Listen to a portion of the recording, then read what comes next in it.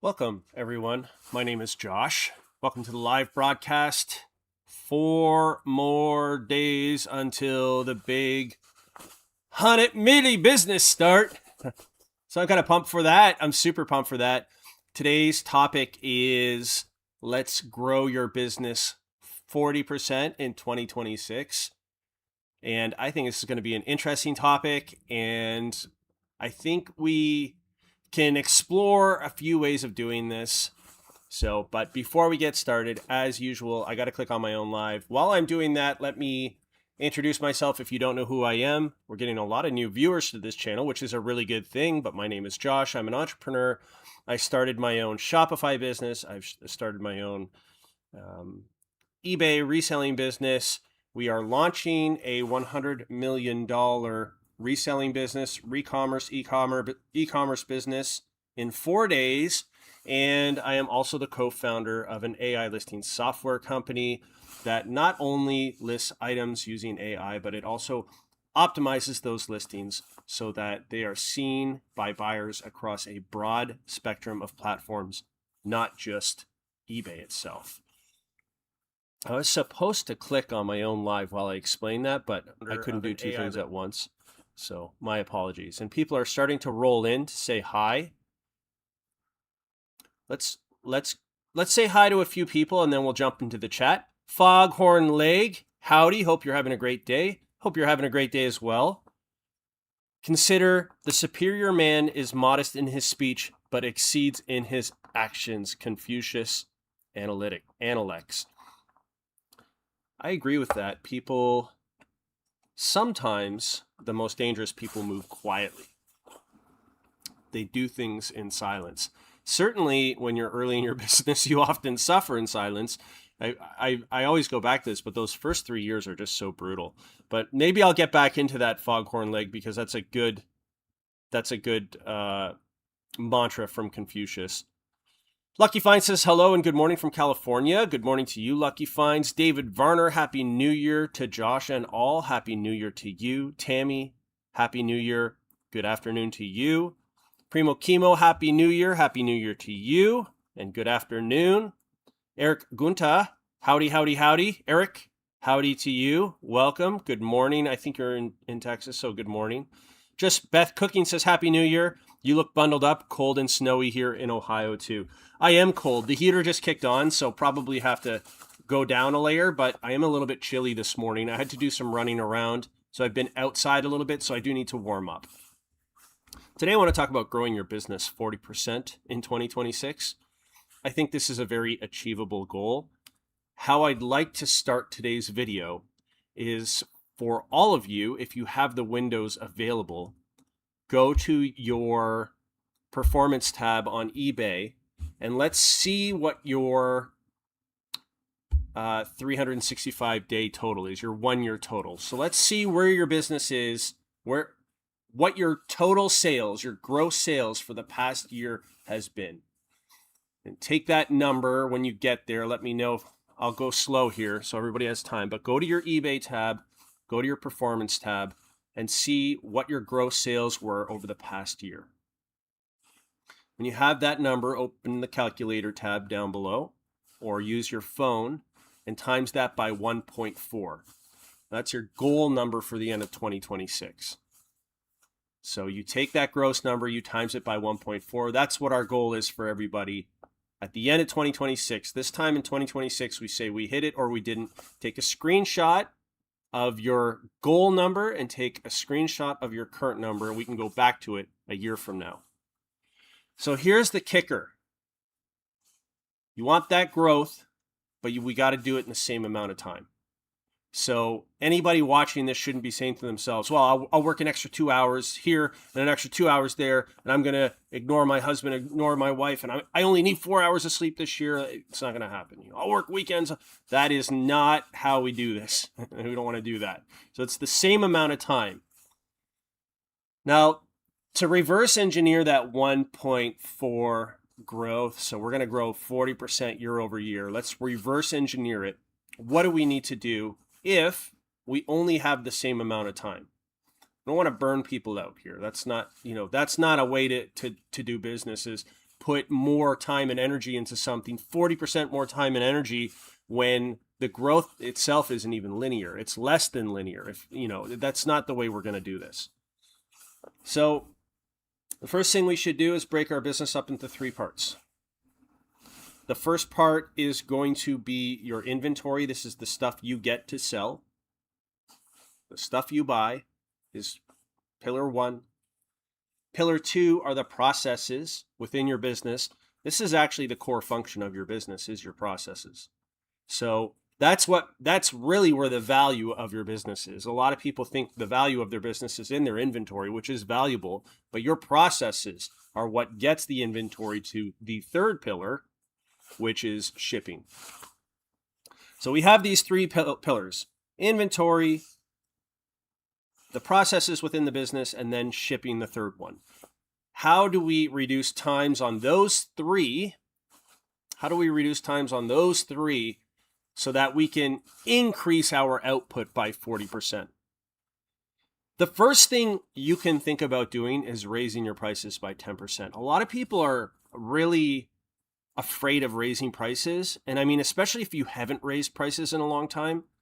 I see this over and over again from people in the eBay forums. They say, they say it, eBay, how can I do it? Now eBay's taking more fees and USPS is taking more fees. I can't do it. It's shrinking my margins.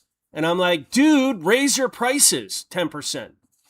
They say, I can't raise my prices because if I raise it by 10%, I'll get 10% fewer customers. And I'm like, okay, so you're telling me you're going to make the same amount of money for 10% less work. Raise your prices. If you've never, ever raised your prices, raise your prices. If you raise them by 10%, and you have a large amount of inventory, and I've raised my prices, you can put 5% increase on your prices and 5% increase on shipping. The math doesn't really work on that, but 8% increase on prices and 2% or 5% increase on shipping, whatever the case may be. Your business, you figure that out. Raise your prices. It may be fewer buyers, but they're going to be buying at a higher price, and it will work out in the wash. So I'm a big proponent of raising your prices to take some of the burden off. For me, it's always, to get the formula right, it takes a little bit, but for me, it's always been 10% less work. If I raise my prices 10%, it's 10% less work for the same amount of money. That's perfect. That's exactly what we want. So that's a start. Let's look at that as a start. Now, for the inventory coming in, there's a lot of bad practice out there. There is a lot of, first of all, guessing. So if you are going to, it can be fun, but it's not a way to really run a business, if we're being honest here. But if you're going out to garage sales and flea markets and thrift stores and all these, and you're hunting every single day, someday you're going to nail it and you're going to get a few bangers, and then sometimes you're going to come back with nothing. That's why I always say that method of sourcing is gambling. So there's a lot of risk involved. One day you may come back with nothing. One day you may come back with a whole bunch of stuff. So you really want to narrow your focus.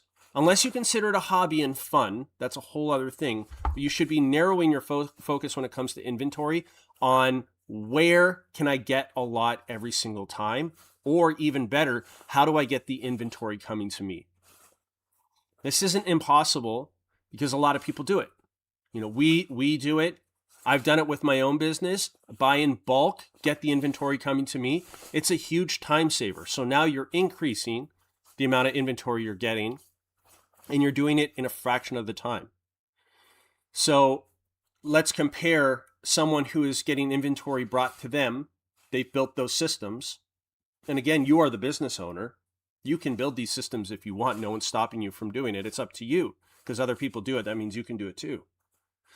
But if you buy in bulk, or you have inventory coming to you, or you are consistently going to the same places that have proven themselves day in and day out to provide you with enough inventory, and you've built all those relationships and everything else, pit that person up against someone who has to go out every single day and hunt to different places. and maybe come home empty-handed and then not process any inventory at all, or come back exhausted, or spend a half a day, or maybe, there's a snowstorm or there's a storm out, you can't get out, like all these things. So inventory, there's definitely work to be done for a lot of people, myself included. For us, it's bigger deals. We have to push ourselves to find bigger and bigger deals, bigger and bigger partnerships.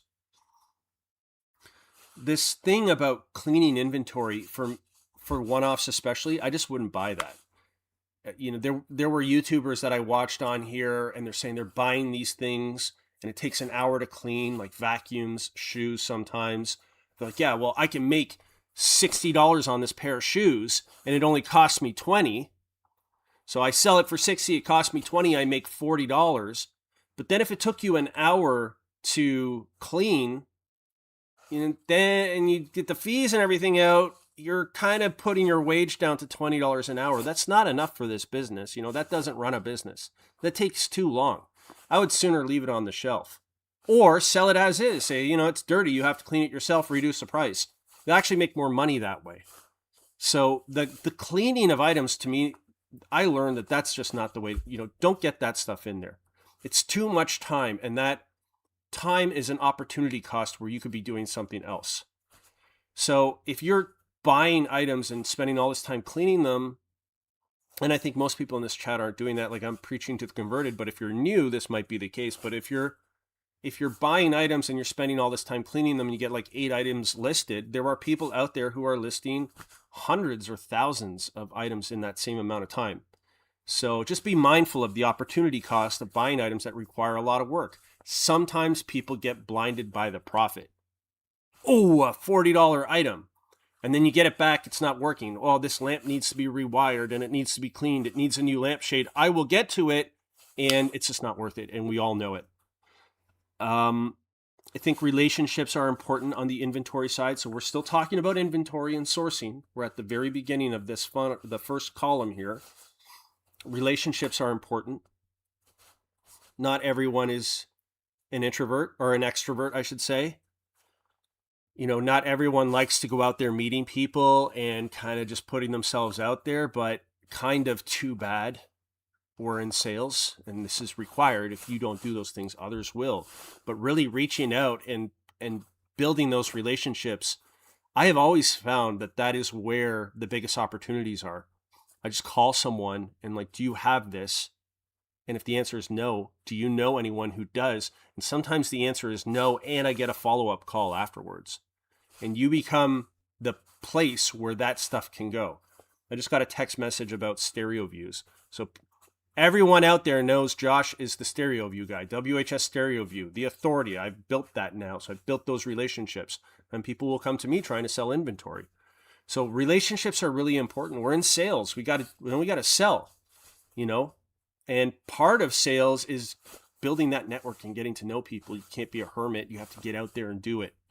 I think it's really important. And then the other thing I wanted to say about this first sourcing category, this is a really good exercise that not a lot of people do, but go to your eBay year over year. So your sales over the past, in your performance tab, over the past 365 days, and look at your highest performing categories.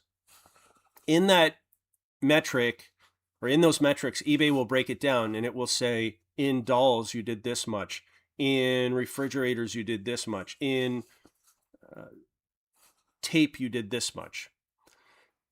Check and see how those categories are performing versus the amount of time and effort and inventory you put into those categories. Your top 3 performing categories based on the amount of inventory you put in, the amount of time you put in, profit, and where they are moving up or down, that should be your focus. You should then start saying, okay, clearly my best results are in these 3 categories. I really like to buy women's golf visors, but I haven't sold any. They don't perform that well. They're expensive. But I did notice that my porcelain dolls are really taking off, and I know I can get more of that stuff. That shouldn't be a guessing game. Your last year is telling you that, and what that is showing you is trend shifts. So stay a little diversified in 3 or 4 categories, of course, but that's really telling you, hey, where should I lean in? Maybe I have an advantage on sourcing in these categories. Maybe this is something that I can really build up. There's always the mantra of you should work on your business, not in your business. So in your business is just working every day, grinding day in, day out. On your business is doing things like better sourcing and better relationships. And that doesn't mean, and it's often taught this way, buy better things at the thrift store. It's don't go to the thrift store at all. It's build sourcing relationships so that you, on the inventory side, on the sourcing side, you have repeatable processes. You're just pulling it into a process or developing a process that hopefully requires less and less of your time. This could even be repeatable items. You could have replenishables. Maybe that's it. Whatever the case may be, look at your inventory, your sourcing, and really try and compress that framework so that you're getting more stuff in and it's taking less time. It will give you time to do other things. The second pillar, of course, is the processing your stuff, getting it from the buy stage in through the business to listed stage. This is, of course, where List Easier comes in. Of course, you are going to dramatically collapse the amount of time that it takes to list if you use List Easier. Like, that's a given. We've talked about it a lot, and I'm actually not going to spend any time convincing people of that. What I will say again in this area is you'll find a lot more success if you're focusing on niches. So one niche at a time as you process inventory if you're in one-offs. And you will find a lot more possibility for growth if you get rid of these items that require repair or cleaning or whatever the case may be. They're honestly just not worth it. Large items generally that don't have a lot of profit, like the Moana plush that's 36 inches. Maybe you make $12 off of it or whatever. It's not worth it. It's not worth the shelf space. It's not worth the processing time. If it's dirty and it's got to be cleaned, like none of this is worth it. That stuff gets left behind. It's only worth it if you have 40 of them, or if it doesn't take up a lot of shelf space. Like if you're a stamp seller and your margins are low, but you can put hundreds of thousands of dollars of stamps on one shelf, of course it's probably worth it then if you can get yourself organized. So I just want to put that as the process thing. List Easier, that's what it's there for. And then of course, shipping is your third column. How do we get our shipping times down? Again, it's just processes. You know that if you don't carry the right size boxes for your items, Frankenboxing is taking forever. We've all done it. We've all made Frankenboxes. I saw a post on Resale Daddy's Facebook where the guy took an hour to build a record box and to ship a record in. Well, the record box costs you $1.30. So he's like, I saved money because I didn't spend $1.30 on a record box. I did it myself. It took me an hour, but I didn't spend the $1.30. If you are in business, you are now telling people the value, your time value is $1.30 an hour. You're one of the cheapest workers in America. Because rather than spend the $1.30 on a proper box, you spend all this time taping pieces of cardboard together to make it work. So if you're purchasing items and you have a variety of items, but you don't have a variety of boxes and you're spending your entire day Frankenboxing, that is a process. You could compress your time. And if you don't want to carry a wide variety or a wide inventory of boxes, then don't carry a wide variety of size inventory. Like you gotta customize and cater your business for the inventory that you have. You're gonna have the boxes available. It saves time. It's a little bit of money up front, but it saves time at the end. It's an investment that's required in your business. So that's where I see a lot of people can close their shipping times. And then if you are in niches, and you will learn this anyway, if most of you do this already, but certain items go in certain envelopes, boxes, padded mailers, poly mailers, whatever. And when you have that system down where it's teachable, I take this book, we stick it in a rigid mailer, and that's it. That is way quicker and way more efficient and allows you to capture more profit in that item because you're handling it less. It frees up your time to do other things, as opposed to farting around with Frankenboxing, having these big, massive, huge items that are low profit that take up all the shelf space, et cetera, et cetera. So I think everyone here is capable. I honestly believe this. Everyone is capable of growing their business by 40%. The only ones that I don't think are capable of doing it, perhaps, are people who are already using all the systems, have an optimized business that's already at scale. So if you're doing, I don't know, $3 million a year on eBay, 40% growth is a challenge. It's not like it's not doable, because if others are doing it, you can do it too, but it will be more of a challenge than someone who is maybe doing 100,000 a year. If you're doing 100,000 a year gross sales, you can grow your business 40%. I promise. I'm watching people do it in a few months. It is definitely 100% possible. But you are going to have to really start treating your business like a business, as Grumpy John says. The business is processes. You're feeding the business. The business is your baby. This is what you bled for. This is what you cried for. This is what you were up all night for. So if you want to keep it going, you have to feed it what it needs. And for the business, that's efficiency and processes. And we all need to wipe our brain that efficiency and processes means working harder, because it doesn't anymore.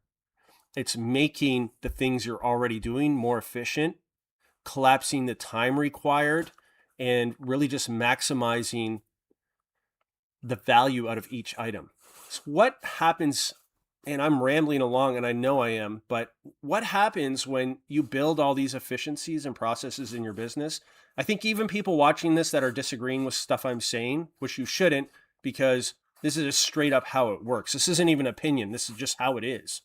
This applies to absolutely everyone except for hobbyists, retirees, maybe people that are topping up disability, et cetera, part-timers. But this is how it is. And what you're essentially doing is you're reducing the unit economics of each item. And ultimately in reselling and e-commerce, what the unit economics are is, what is this item costing me versus what am I selling it for? And the cost versus the sale, you want to expand that margin as much as possible.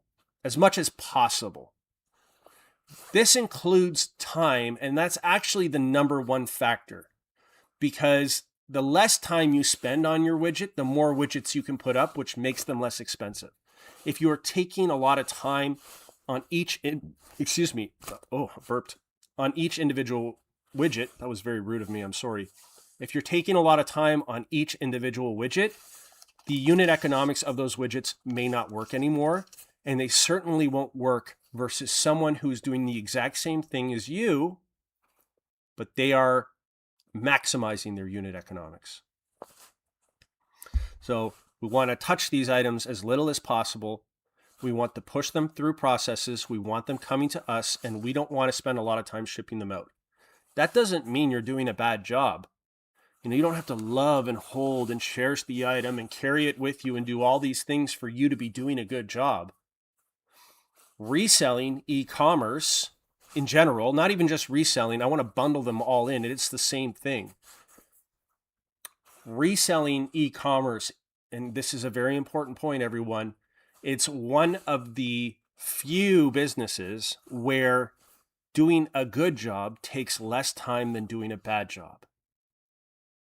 If you do a good job, it will take you less time than if you do a bad job. Isn't that mind-blowing? So if you're doing it anyways, why don't you just do a good job of it and spend less time doing it?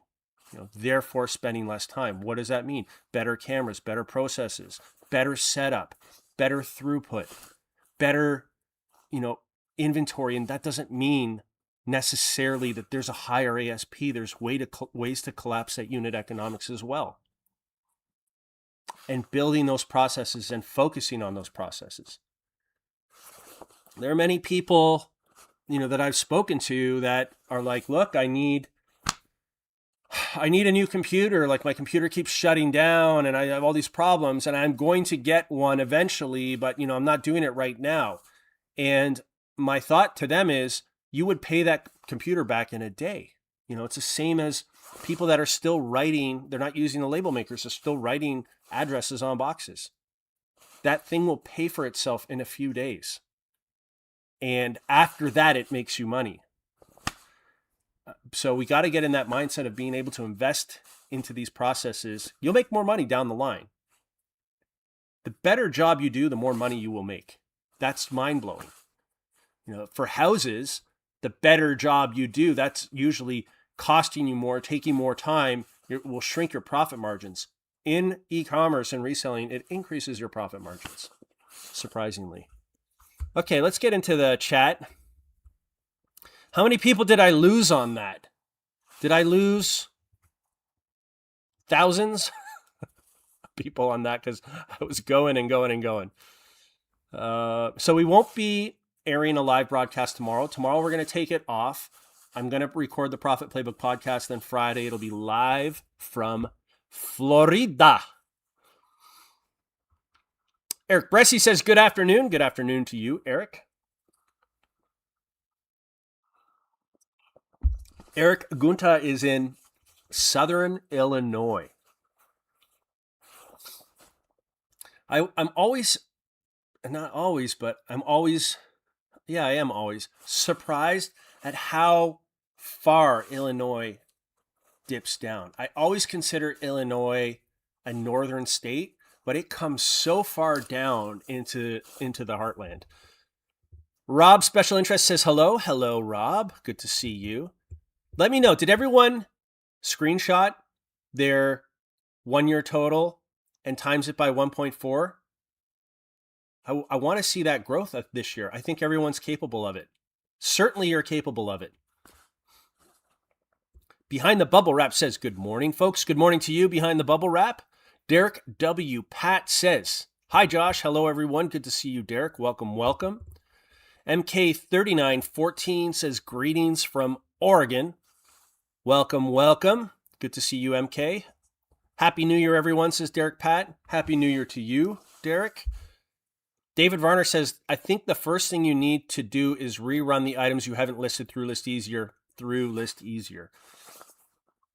Yeah, I'm hesitant to tell people to do that, David, because there will be a recycler eventually. But of course, it's going to get those items moving. But there's this weird kind of dichotomy of it where, yes, it will get the items moving. You'll sell them faster, but now you're touching them again and they become 2 times more expensive at least, because you could have been spending that time doing other things, but instead you got to touch the old items again and put them back up. So it's it will be cheaper per item and increase the profit on each item not necessarily increase, but it will protect the profit of each item if you can use system automations to do that rather than touching them one at a time. I mean, if you're out of room, that's a different story, but Rob Special Interest says, here's to a happy List Easier New Year. Will we get notification when the UK is ready? Definitely. Definitely. I'm being told that the work is happening pretty much 24/7 on getting this thing out. Again, there was an edge case that James found, and that is requiring a lot more work than what we thought it would, but we're working on it. And that's how it goes. That's software for you. Everybody has it. David Varner says, I always raise my prices by 1% whenever I end and sell similar. Hey, whenever, David, whenever there's like a shock in the system, so there's a supply shock where all of a sudden we have a disruption in the supply chain. Everybody raises their prices and the prices never come down again. They're like that forever now. It's like they're always looking for an excuse to raise prices. So if they are saying there's high inflation in the system or in the economy, even if that inflation isn't necessarily touching all sectors look like they raise their prices. They all raise prices, never comes back down again. Tariffs go up, everybody raises their prices. So if you're importing into the United States, you just raise your prices. You're passing that on to the consumer. And that will never come down. Even if the trade barriers go away, which I think they will, prices stay the same. So it's a shock to the system. It's a shock to the customer. Customer gets used to it. And as the barriers go down, inflation goes down, profits widen, and that's the game. That's the name of the game, unfortunately, for a lot of businesses. But certainly no one who's in business should be taking the brunt of all these changes in the economy that they have no control over. You shouldn't be bearing the brunt of that and saying, I am working all year long and my profits are shrinking and shrinking and shrinking every single year. This isn't a charity, it's a business. We need it. It's our lifeblood for our families, and we got to pay bills. We have to do all these things. All these costs are going up. So, unfortunately, as much as we love our customers and we do whatever we can for our customers, sometimes we can't protect them from those price increases, and we have to jump aboard and raise prices too. So I agree with you, David. It's just business. That's how it is. Everything goes up. We got to keep pace or we won't be in business at all. Todd Silverhair Stacker says, howdy, howdy. Good to see you, Todd. Welcome. Behind the Bubble Wrap says, buying in bulk is the way. I agree with you. There's risk with everything. So there will be people that say, too risky. Buying in bulk is risky if you don't know what you're doing. You can start somewhere and buy 50 pieces of something and then 100 pieces and then 1,000 or whatever the case may be. You can scale the operation up. I would not advocate for anyone watching this to go out this afternoon and buy 40,000 comic books if you've never sold comic books before. You don't even know what you're getting. So a little bit of expertise is required, or a fair amount of expertise is required. I know someone who bought a huge lot of comic books, and comic books honestly scare me. It's one of the ones that scare me the most, but bought a huge lot of comic books and looked through a few boxes and everything looked good and whatever else. They bought the whole deal. When they brought the deal back, there were box upon box upon box. These are long boxes of the same issue of comic over and over and over again, which is, if it's a low value comic, you're in deep trouble. So buying in bulk is the best way, and getting it delivered to you. If you can buy in bulk and have it delivered to you so that it doesn't take you any time other than to unload the truck, that is the best way.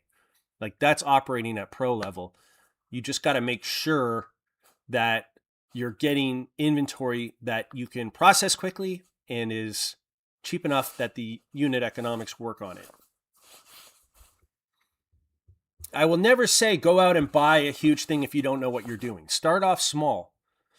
Buy a Gaylord of something. Buy a bale of clothes. Like, if the bale of clothes is like $400, buy the bale of clothes, see what happens. See if it fits your processes, or build the processes beforehand to make it work.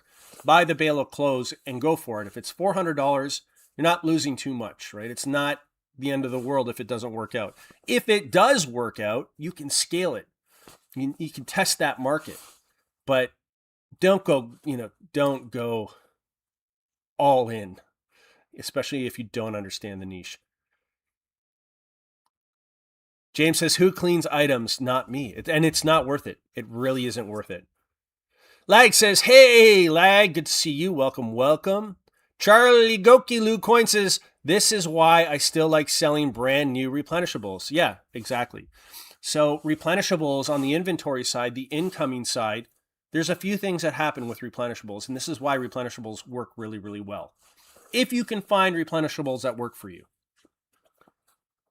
The caveat is probably that most likely the margins are lower, but the amount of work required is much lower as well. So you build the relationships on the front end.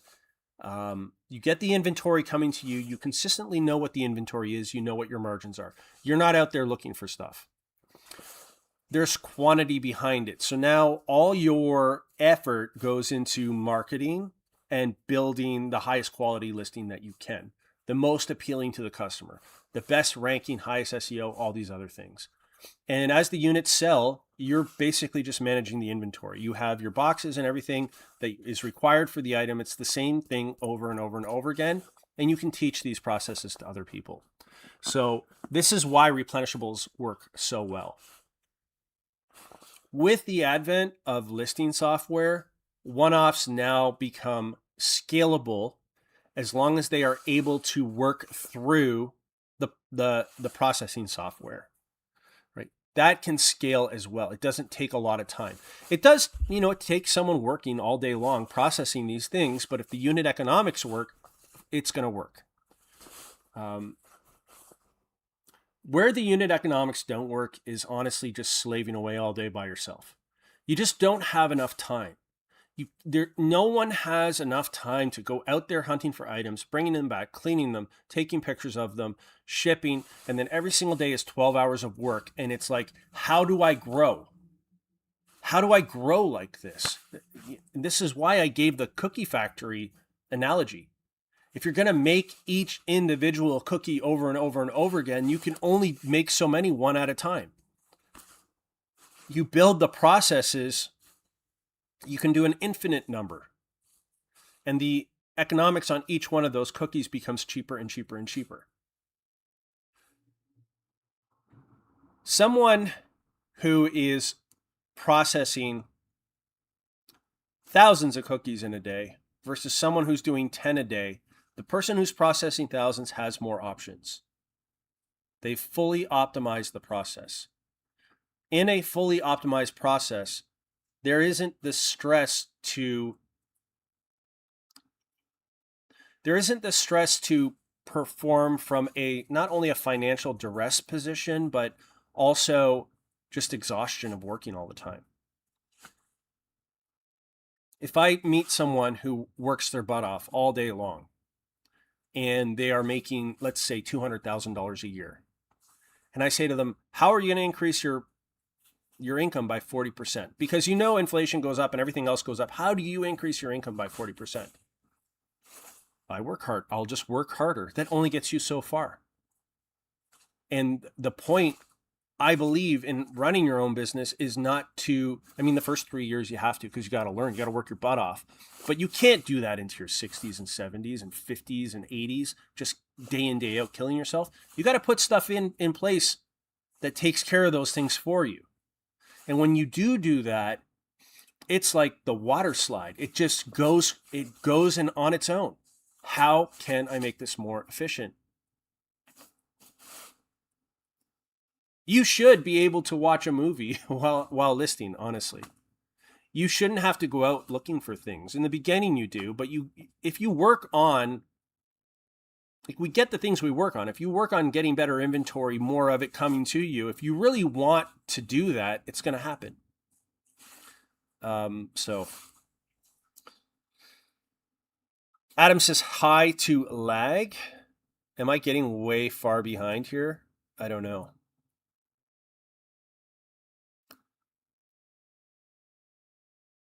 Eric Bressy. Andy Reno says, how's it going, Mr. Galt and chat? Welcome, Andy. Good to see you here again today. Happy New Year. Like says, mine's telling me to go deep in the everything else category. I love that category. It's the best. Eric Bressy says, I've spent all month getting the shelf boxes the same, getting rid of stuff that takes up time and space. You will thank yourself for it, Eric. You will thank yourself for it. I've been there. I remember having crates of items stacked up like 7 or 8 high. You can see my old videos. That in itself, that was so inefficient, because when something would sell in the bottom crate, I had to remove all the crates, take the item out, and then stack them all up again. If it was just reaching into a box, it was like a fraction of the time, an eighth of the time. So I know this isn't working like this. This has got to be a better way. And I kind of did it the hard way, trying to figure out ways to make this more efficient. This is very efficient. This is very simple and efficient. Anyone can pick an item out of here. Anyone can pack it. Anyone can ship it. Swamp Picker says, hey, Josh. Hey, Todd and Lag. Happy New Year to you, Swamp Picker, and welcome. Behind the Bubble Wrap says, nope, still here, soaking up all the good info. Awesome. Lag says, I've zoned out a few times, Josh, but I hung in there. Thank you, Lag. Appreciate you. Record Crate Adam says, I can't begin to tell you the amount of time I spent building a shipping box when I sold an original factory sealed copy of The Beatles. The Beatles. Adam, I just got, I think 13, is it 12 by, no, 13 by 13 by 5 boxes. I have. So whenever, if I get a really, or I have expensive records, I don't really sell records that much anymore. But when I did, I mean, now we are, of course. But I had 13 by 13 by 5. And then for the 78s, I had 12 by 12 by 5. I just wrap it in bubble wrap, stick it in there, seal it up, good to go. Like this thing's not getting broken with all this bubble wrap. For the good records, I had some Quiet Riot and some Nirvana and some Metallica, some sealed stuff from back in the day.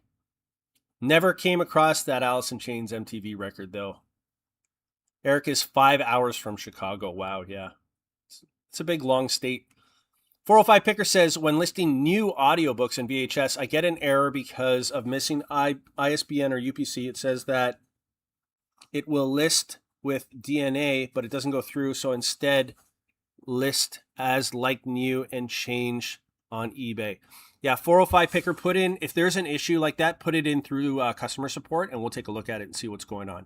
Just take some screenshots of it.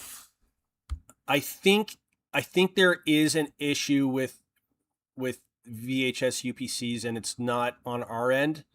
But this also may get cleared up with the push, but reach out to support 100% if there's an issue there.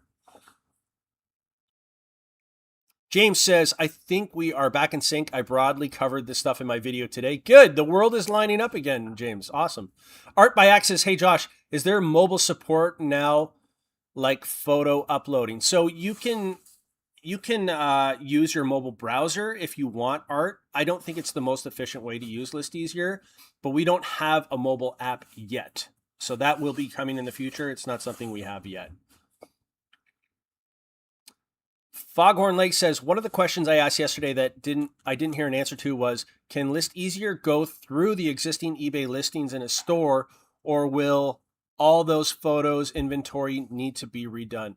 Yeah, as of right now, we don't have a recycler, Foghorn Lake. It's something that we will more than likely have in the future because of how much value it will create for customers. It's something we've been asked for a lot. So we see customers who have been noticing that there's stuff that they're listing through List Easier, getting higher click-throughs, higher sell-throughs. In other words, the inventory is performing exceptionally well compared to their old stuff. So the feedback we're getting is, I want to take the old stuff that I already listed and find an easy way to push it through List Easier and then get it listed again. And this way it's optimized so that stuff will get moving. You're essentially, is there a way you can end and sell similar with that being all optimized for all the offsite search engines? And the answer is we're working on that, but we don't have it yet. Dave says, this is Super Dave, by the way. Everyone say hi to Super Dave. Are you using an existing template for those? Okay, I'm going to leave this out. This is specifically for 405 Picker. Where are we at? Like says, wish you told me that before. I just spent $70,000 on a bulk buy in a category I'm new to. Learning a lot as I go. You know, I just have to put it out there, like, because you don't know what people will do. There will be people that are like, you know what? Yes, I got to buy in bulk. And then they go to Facebook Marketplace or something and they find like this huge, massive amount of stuff and it overwhelms them and they're just, or it's not worth it. I say this from experience, by the way, Lag. When I first started my business, I've told this story a million times, I bought the equivalent of 5 tractor trailer loads of inventory and I did it in like a 2-month span. I didn't know how to list properly. I was listing randomly. So even though in all that inventory, I would have like a bunch of antique bottles and a bunch of antique books and a bunch of CDs and records and all these different things. Rather than taking a day to do CDs, I would do a CD, a bottle, a bicycle tire.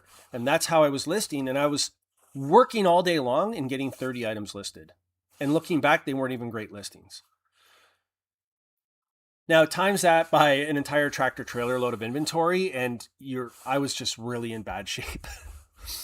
I couldn't move like I'd go sideways like that, and I was skinnier then. I couldn't even get through all this stuff that I had, and I was still buying. It's a huge mistake. So I don't want anyone to do that and say, well, Josh told me to buy in bulk, and I took my last $10,000 and I bought $10,000 worth of comics, and it turns out they're only worth $2,000, and now I got to do something with them.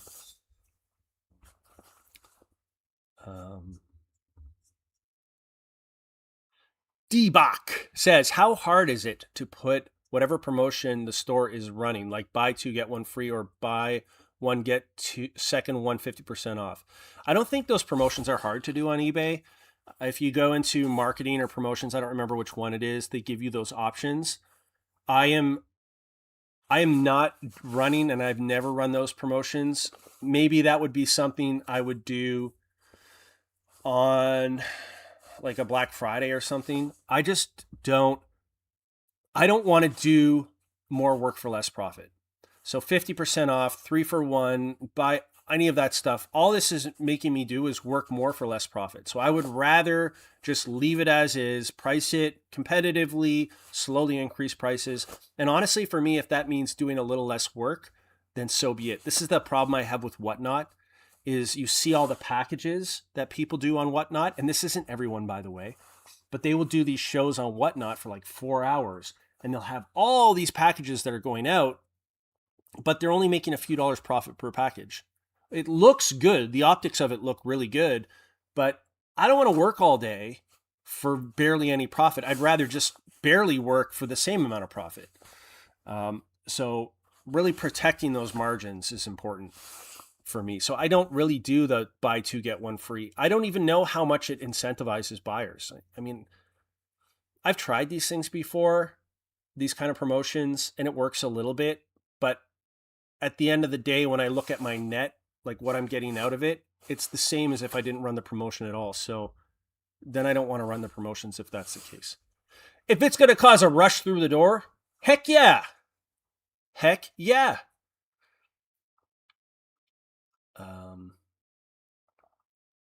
Like says, last time Josh laced down to Cookie Factory, I had crumble cookies delivered. Here we go again. Foghorn, it wasn't funny when it was delivered. It was a little overwhelming. Joe Simart says, Happy New Year to all. Joe, Happy New Year to you. D-Box says, Behind the Bubble Wrap is a Hall of Fame name. That's pretty cool. I didn't know that. Eric Bressy says, I want Tim Hortons. Do you have one in Ohio? Classic Phase says, hello. Hello to you, Classic Phase. Welcome, welcome.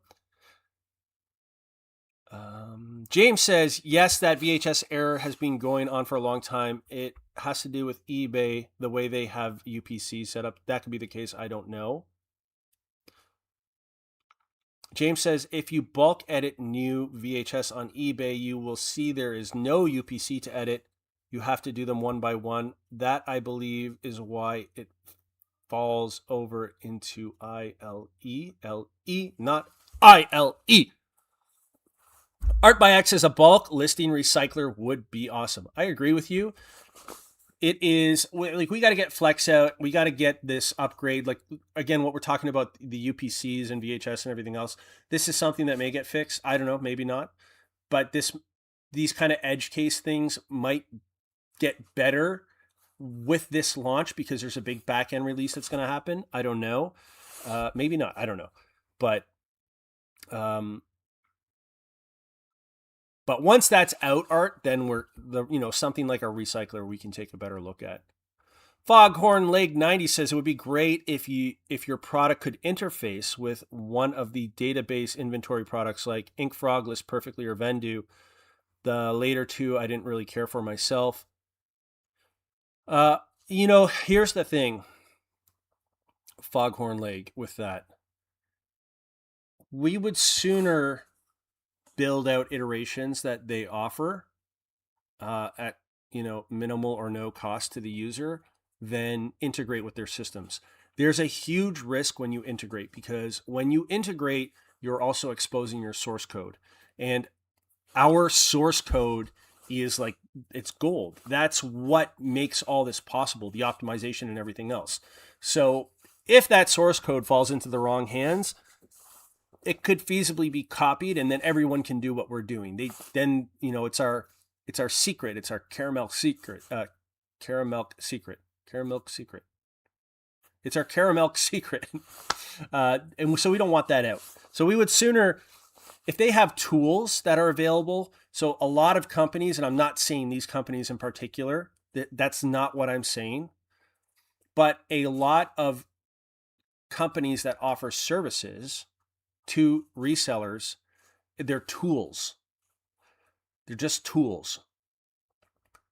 The software that we're building is it's a big piece of software. Like, it is something else. It is deep integrations with multiple platforms, including artificial intelligence. So it's very complicated.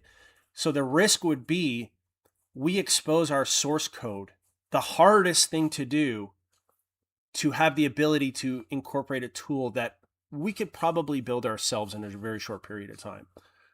And that's not to diminish what anybody else is doing, but that's a risk that we're aware of.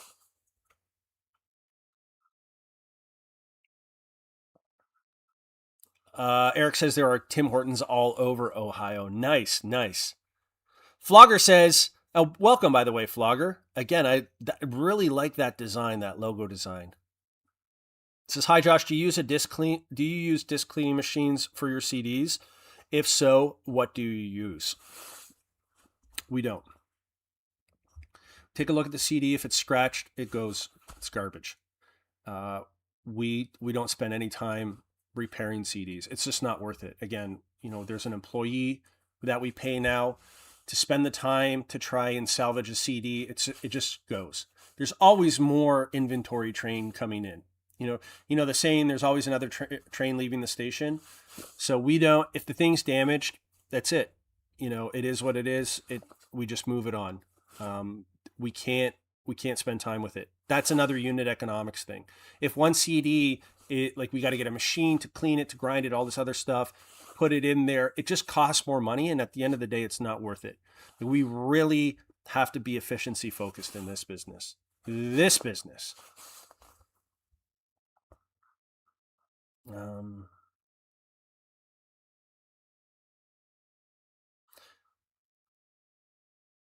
So Super Dave is talking to Foghorn Leg. Don Flippin says, I just got in. What did I miss? You missed it all. We're going into the new year and we're going in big. Lag says, that makes sense. Those were probably selling great before eBay changed. I would have bought them too. What would you have bought? Foghorn Lake says, yeah, over $10,000 in stuff I can't sell on eBay. Thankfully, I can sell direct. Big bore air guns are sweet, but eBay limited things to 25 caliber after I bought a bunch of real big ones. I've always shied away from all that stuff, knives and everything. I don't ever want to get caught with inventory that's kind of wishy-washy. I saw that happen to a lot of people who, when the adult category was removed, there were people who had, I don't know, like tens of thousands of dollars of adult-only items, and what do they do now? So I don't ever want to be in those categories that I consider on the margins. It's just too much risk for me. Tube Addict says, greetings all, very anxious for the release of Flex. That's awesome. I have 500 items and counting pictured that I'm waiting for this release. That's awesome, Tube Addict. We're almost there. Okay, everyone. I think we're almost there. We're pretty much, well, let's call it an early one today. Everyone, I will see you in Florida on Friday. Happy New Year. Again, be safe on the roads, everyone. It's just that time of year where people are out there, they're drinking, they're driving. We can't control the fact that they're doing that, but please be safe and recognize that that's out there. If you're going out tonight, be careful on the way home. Don't walk on any dark roads by yourself. Get a ride. And of course, if you drink, don't drive. Make it home safe. Thank you, everyone, for joining me today. We'll see you Friday in Florida.